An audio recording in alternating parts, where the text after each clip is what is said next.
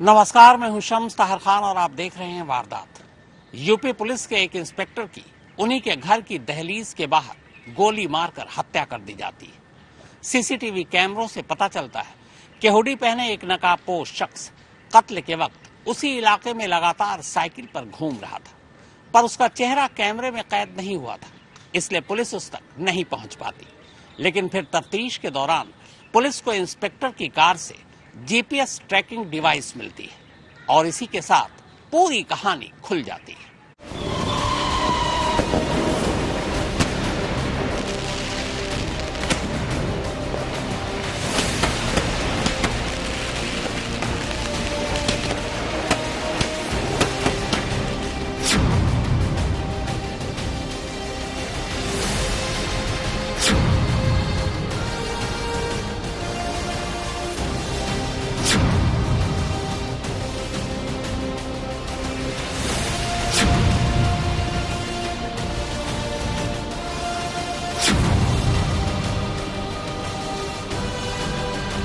ये करीब करीब एक परफेक्ट मर्डर था, जिसे सुलझाने में यूपी पुलिस को इस कुनकुने मौसम में भी पसीने छूटने लगे। लेकिन कातिल की एक गलती से न सिर्फ 6 दिनों की कोशिश के बाद ये केस सुलझ गया, बल्कि जब इस मर्डर केस के पीछे छुपे असली किरदारों का पता चला तो मारे गए पुलिस इंस्पेक्टर के घर वालों के साथ साथ खुद मामले की जांच कर रही पुलिस भी भौचक्की रह गई।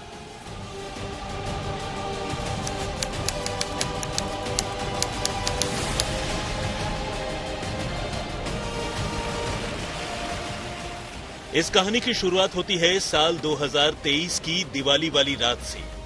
लखनऊ के मानस नगर के रहने वाले पुलिस इंस्पेक्टर सतीश कुमार सिंह अपनी पत्नी भावना और 10 साल की छोटी सी बेटी के साथ राजाजीपुरम में एक रिश्तेदार के घर दिवाली मनाने गए थे। माहौल बेहद खुशगवार था, लेकिन दिवाली सेलिब्रेशन के बीच ही देर रात भावना की तबीयत कुछ ऐसे बिगड़ी कि उसके लिए अपने रिश्तेदार के घर में अब एक पल भी रुकना मुश्किल होने लगा।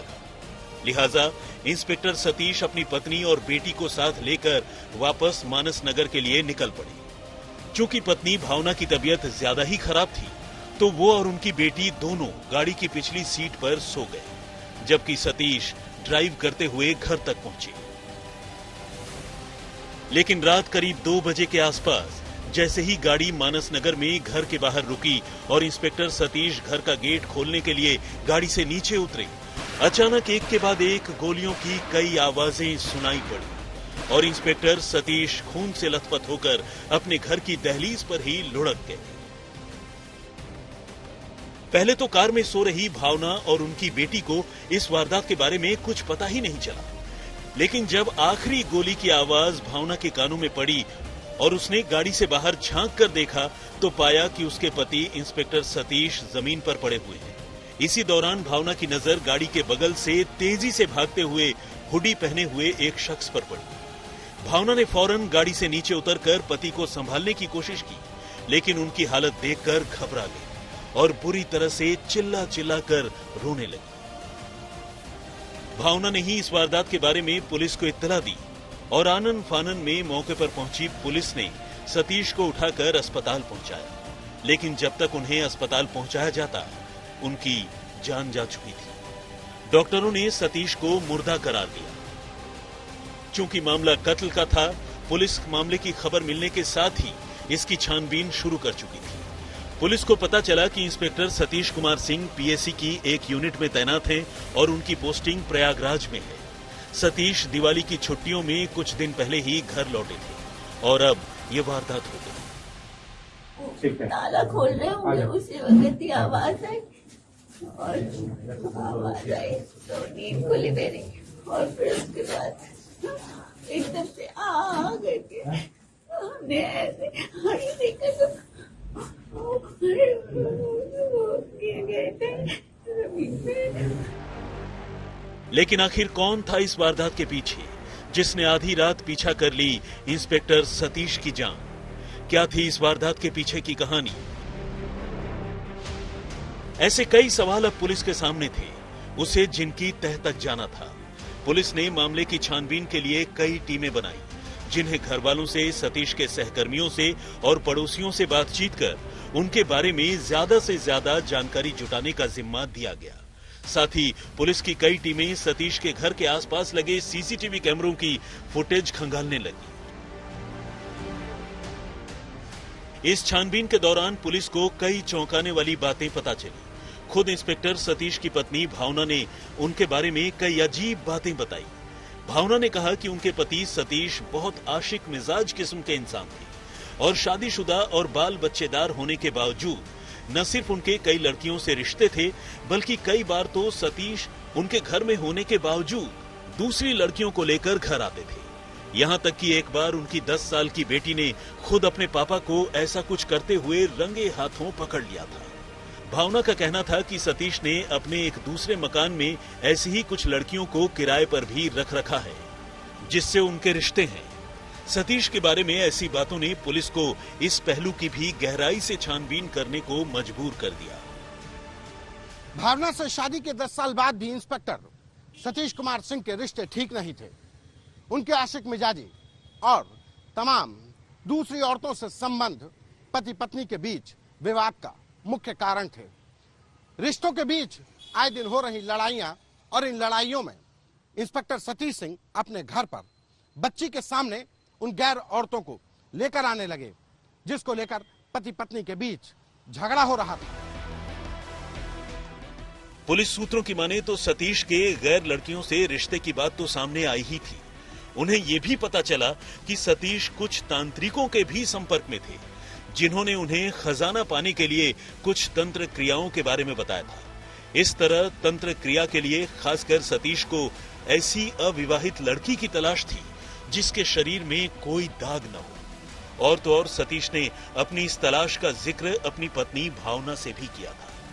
सतीश ने भावना को फतेहपुर के एक तांत्रिक का जिक्र करते हुए ऐसे विधि विधान की चर्चा की थी। ऐसे में पुलिस ये सोच रही थी कि क्या तंत्र मंत्र के चक्कर में ही किसी ने सतीश की हत्या कर दी, या फिर इस कहानी का राज कुछ और है।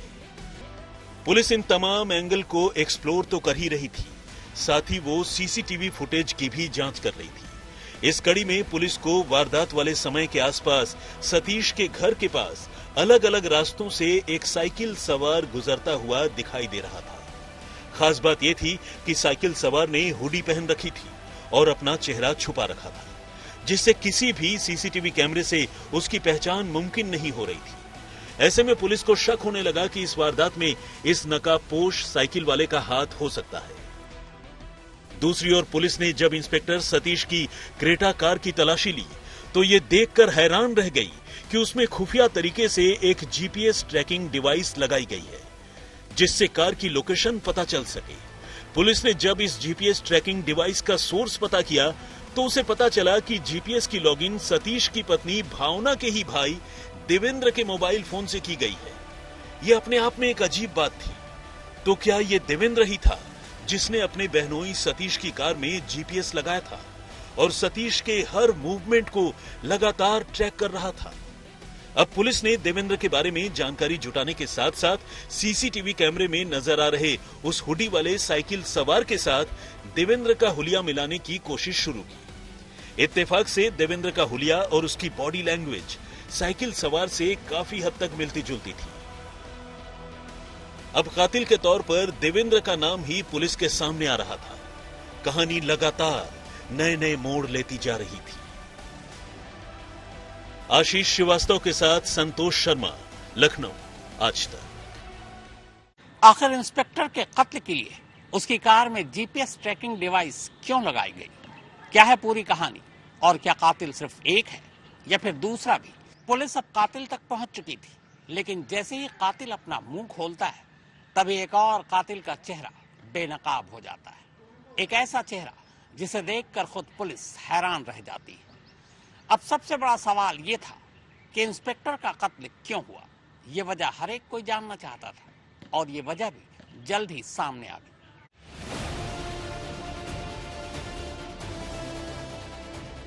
तफ्तीश में सतीश के साले देवेंद्र का नाम आने के बाद आखिरकार पुलिस ने उसे गिरफ्तार कर लिया। शुरुआती पूछताछ में उसने तमाम इल्जामों से इनकार किया, लेकिन जब उसका सबूतों से सामना करवाया गया तो उसके पास जुर्म कबूल करने के सिवाय कोई चारा नहीं था। लेकिन कहानी इतनी भर नहीं थी। कत्ल की इस वारदात में खुद सतीश की पत्नी यानी देवेंद्र की बहन भावना भी शामिल थी, जो अपने पति की हरकतों और इन हरकतों की वजह से घर में रोज रोज होने वाले झगड़ों से काफी परेशान थी।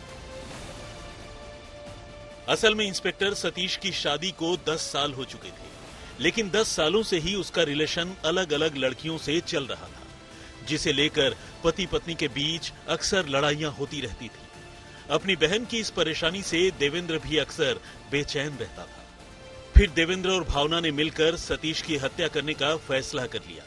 करीब 2.5 महीने पहले उन्होंने इस आइडिया पर काम करना शुरू किया और फिर तय प्लानिंग के मुताबिक 12 और 13 नवंबर की दरमियानी रात को जब सतीश अपनी पत्नी और बेटी के साथ राजाजीपुरम से अपने घर मानस नगर पहुंचा, वहां पहले से घात लगाए उसका इंतजार कर रहे सतीश के साले देवेंद्र ने उसे पीछे से गोली मार दी। देवेंद्र ने पहले उसे तमंचे से 1 गोली मारी और फिर .32 बोर की पिस्टल से 4 और गोलियां मारी और फिर फरार हो गया। भाई बहन ने दिवाली की रात को इसलिए चुना ताकि पटाखों की शोर में गोली चलने की आवाज गुम हो जाए। साजिश के मुताबिक जब कत्ल के बाद देवेंद्र भाग गया, उसके बाद भावना ने रोना चिल्लाना शुरू कर दिया। पुलिस को मिली फुटेज में देवेंद्र के साइकिल से आने जाने की तस्वीरें तो खैर शामिल हैं ही, सीसीटीवी कैमरे में भावना के रोने चिल्लाने की आवाज भी आखिरी गोली चलने के 65 सेकंड बाद रिकॉर्ड हुई है।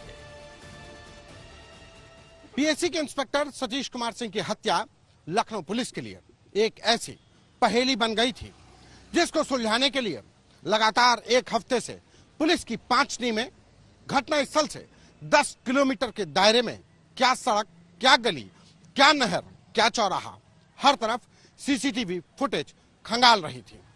इस पूरी घटना के खुलासे में 400 सीसीटीवी पुलिस की टीमों के द्वारा खंगाले गए और तब पता चला कि इस हत्याकांड को अंजाम देने वाले कोई और नहीं बल्कि इंस्पेक्टर की पत्नी और उसका साला देवेंद्र वर्मा थे। तफ्तीश में पता चला है कि हत्या के लिए देवेंद्र ने सबसे पहले जीपीएस डिवाइस खरीदी और उसे सतीश की कार में चुपके से फिट कर दिया। पकड़े जाने से बचने के लिए उसने हुडी खरीदी ताकि उसे पहनकर वो खुद को छुपा सके। यूट्यूब पर हथियार बेचने वालों का पता किया और कानपुर के रहने वाले किसी अपराधी से तमंचा खरीदा। हत्या के लिए उसने साइकिल खरीदी क्योंकि उसे पता था कि साइकिल वालों पर आमतौर पर पुलिस का ध्यान नहीं जाता, और वारदात के लिए दिवाली की रात को इसलिए चुना ताकि पटाखों के शोर में गोलियों की आवाज दब जाए। और तो और जीपीएस ट्रैकिंग के लिए एक पुराना मोबाइल फोन खरीदा और उसका इस्तेमाल करता रहा। अपना मोबाइल फोन उसने घर पर ही छोड़ दिया था ताकि उसकी लोकेशन मौका वारदात पर न दिखे। इसके जो साला है, जो आरोपी है, उसका भी कहना है कि एक लेवल के बाद पानी हद से ऊपर चला गया। इसका ऐसा कहना है जो आरोपी है, मुख्य आरोपी देवेंद्र और उसकी बहन का भी, कि 1-2 बार तो ऐसा हुआ कि वो लड़की के साथ साथ किसी पराये व्यक्ति को भी ले आए घर रात को रोकने के लिए। इस तरह के भी गंभीर आरोप उनके द्वारा लगाए गए। तो ये बहुत दिन से इनके दिमाग में चीज चल रही थी। बस प्लानिंग को एग्जीक्यूट करने के लिए उन्होंने दिवाली की रात चुनी। ये मोबाइल ये करीब हफ्ते भर पहले इसने खरीदा था और ये जो मैंने कहा कि ये ऐप का जो लॉगिन आईडी था वो इसको याद था, तो हमने इसके मोबाइल में खुलवाया तो लॉगिन आईडी खुल गया और उसमें पूरा वो डेटाबेस है, पूरी हिस्ट्री रहती है, ट्रैवल हिस्ट्री उस गाड़ी की, क्रेटा की। ये कई दिन से उसको वॉच कर रहा था। हत्याकांड को अंजाम देने के लिए देवेंद्र वर्मा और इंस्पेक्टर की पत्नी और आरोपी की बहन ने एक सोची समझी प्लानिंग रची। 2 महीने तक पूरा प्लान रचा गया। इंस्पेक्टर सतीश सिंह की क्रेटा कार में जीपीएस ट्रैकर लगाया गया ताकि देवेंद्र को पता चले कि क्रेटा कार कहां पहुंची है और कितनी देर में उनके घर तक पहुंच पाएगी। और इसी बीच दिवाली की रात जब आतिशबाजी से सभी तरफ आवाजें हो रही थी, इन्हीं पटाखों की आवाजों के बीच 5 गोलियां देवेंद्र वर्मा ने अपने जीजा सतीश कुमार सिंह पर उस वक्त दागी जब वो अपने परिवार के साथ घर के गेट पर पहुंचकर दरवाजा खोल रहा था। उसी समय पहले देसी तमंचे से फायर किया गया और फिर रिवॉल्वर से 4 गोलियां दागी गईं। यहां तक कि उसने अपने घर के एक बच्चे को दिवाली की रात अपना मोबाइल फोन देकर उससे ऑनलाइन फूड ऑर्डर करने की भी बात कही। और थोड़ी देर में लौट आने की बात कहकर घर से निकल गया ताकि उसके घर में ही होने का सबूत मौजूद हो। वो अपने साथ जीपीएस ट्रैकिंग वाला दूसरा मोबाइल फोन लेकर गया, लेकिन सीसीटीवी फुटेज, जीपीएस ट्रैकर, दोनों फोन की अलग अलग लोकेशन और बाकी सुरागों की मदद से आखिरकार पुलिस ने इस मामले का खुलासा कर दिया। इस पूरे मामले की सबसे खास बात यह है कि कत्ल के आरोप में गिरफ्तार देवेंद्र एक इंजीनियर है। उसने बैंक पीओ की भी तैयारी की थी और 4 साल तक बैंक में नौकरी भी कर चुका है। इसके बाद वो यूपीएससी की तैयारी कर रहा था ताकि बड़ा ऑफिसर बन सके, लेकिन इससे पहले ही हत्या की वारदात को अंजाम देकर जेल चला गया। आशीष श्रीवास्तव के साथ संतोष शर्मा, लखनऊ, आज तक। तो वारदात में फिलहाल इतना ही, मगर देश और दुनिया की बाकी खबरों के लिए आप देखते रहिए आज तक।